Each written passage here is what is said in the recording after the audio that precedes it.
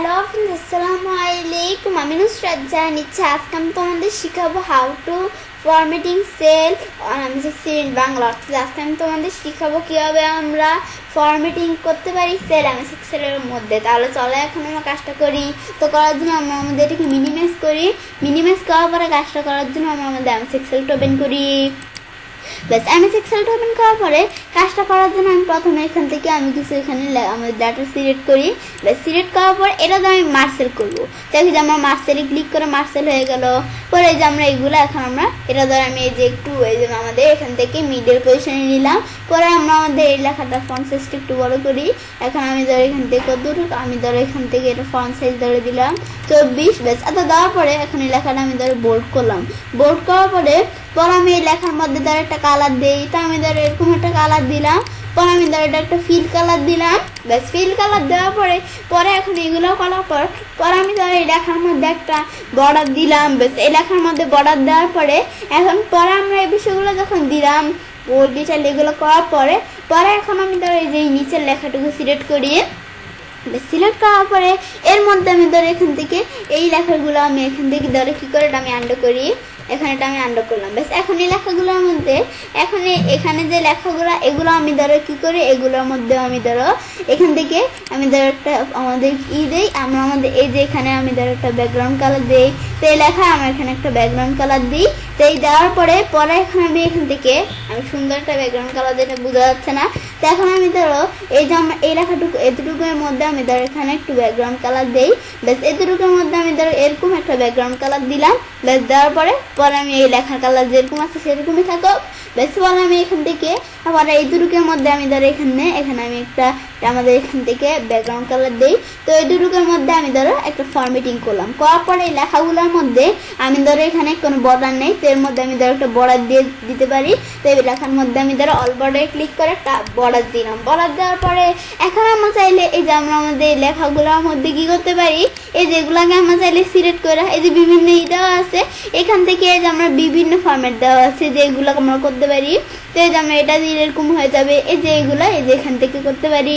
এই যে accent 4 accent 2 এই যেভাবে আমরা এগুলো দিতে পারি। এই যে অ্যাসেন্ট এই যে 4 পরে এই যে আমরা আমাদের বিভিন্ন আমাদের এগুলো কি এটা হচ্ছে স্টাইল মানে লেখার স্টাইল দিতে পারি। তো এখানে আমরা আমাদের এখান থেকে আমি ধরো জাস্ট লেখার এমনিতে একটা স্টাইল দিলাম। পরে এখানে একটু বোল্ড করে দিলাম। ব্যাস বোল্ড করে সুন্দর দেখা যায়। ব্যাস এভাবে এইগুলো করার পরে আমরা চাইলে কী করতে পারি, ফরম্যাটে যে এই যে আমরা রো হাইট কলাম হাইট করতে পারি। তো এর মধ্যে আমি যদি এই যে আমরা এতটুকের মধ্যে আমি ধর এখানে একটা রো আমাদের কলাম হাইট দিব। তো আমরা আমাদের মানে কলাম হাইট না কলাম উইথ। তো আমি কলাম উইথ দেওয়ার জন্য আমি যখন কলাম উইথে ক্লিক করলাম তো এই যে এতটুকু কলামের মধ্যে এখন আমরা এখান থেকে কলাম উইথটা দিব। তো এই কলামের উইথটা ধরো আমি কত দিলাম, এখন এটার উইথ ধরো অথবা আমি একটা কলাম দিয়ে বিষয়টা দেখাই। তো আমাদের একটা কলাম কীরকম, আমি ধরো এই কলামটা অথবা সেলস কোয়ান্টিটি এই কলামটা আমি ক্লিক করি। করার পরে এই যে আমরা ফরম্যাটে যে পরে আমরা কলাম বুইতে যাই। যাওয়ার পরে এটা আমার দেওয়া আছে কত, এই যে আমার 30 আমাদের 44। তা আমি ধরো এখান থেকে 44-এর জায়গায় আমি ধরো 42 দিয়ে দিলাম। পরে আমি ওকে দেই।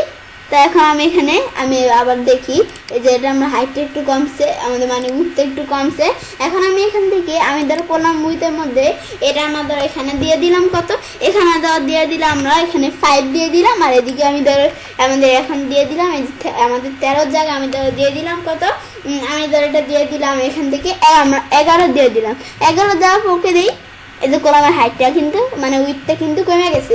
এই যে কলাম উইথটা কমে যাওয়ার পরে এখন আমি আবার এখান থেকে আমাদের রো উইথ কমাতে বাড়াতে পারি।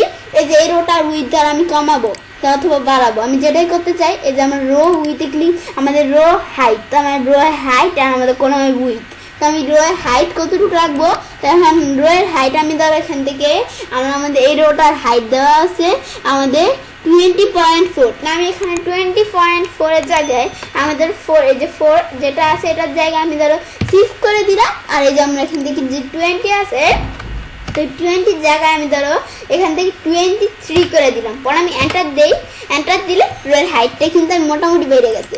তো এটা আমি যদি না বুঝে থাকি তা আমি যদি আরেকটু বাড়াতে চাই, এই যে আমরা এখান থেকে 30 যে আমাদের 30 আমাদের 23 এর জায়গায় আমি ধরো দিয়ে দিলাম আমাদের 27 দেওয়া পয়েন্টার দেই। এই যে রোয়ের উইথটা কিন্তু আমাদের রোয়ের হাইটটা কিন্তু বেড়ে গেছে। পর আবার আমাদের এখান থেকে আমি যদি অটো রো হাইট দিই তাহলে আমি অটোমেটিক এই যে রো হাইট এরকম মানে আমাদের যেটুকু প্রয়োজন এতটুকু রো হাইট এসে পড়বে। পর আমি করলাম আমাদের যেখান থেকে এই যে আমরা করলাম ওয়াই মানে আমরা এই যে এখানে ধরে ক্লিক করলাম, করার পরে এই আমাদের এখান থেকে এর মধ্যে আমি যদি এই যে অটো ফিট কলাম উইথ এটা দেই, তো এই যে অটোমেটিক ফিট করে নিচ্ছে যে কলাম উইথটা এই যে এরকম হয়ে গেছে। আগে কিন্তু এই যে এরকম ছিল, এখন কমে গেছে। ব্যাস এইভাবে এই বিষয়টা আমরা দেখলাম। ব্যাস এখন এই বিষয়গুলো আমরা দেখালাম, দেখার পরে তো এবার ছেলে কাজটা করতে পারি। এবার খুব সহজেই সেলফ ফরম্যাটিং করতে পারি আমি এক্সেলের মধ্যে। ফ্রেন্ডস, আমার আজকের এই ভিডিওটি যদি তোমাদের ভালো লেগে থাকে তাহলে আমার চ্যানেলটি সাবস্ক্রাইব, লাইক, কমেন্ট এবং সবার সাথে শেয়ার করবে।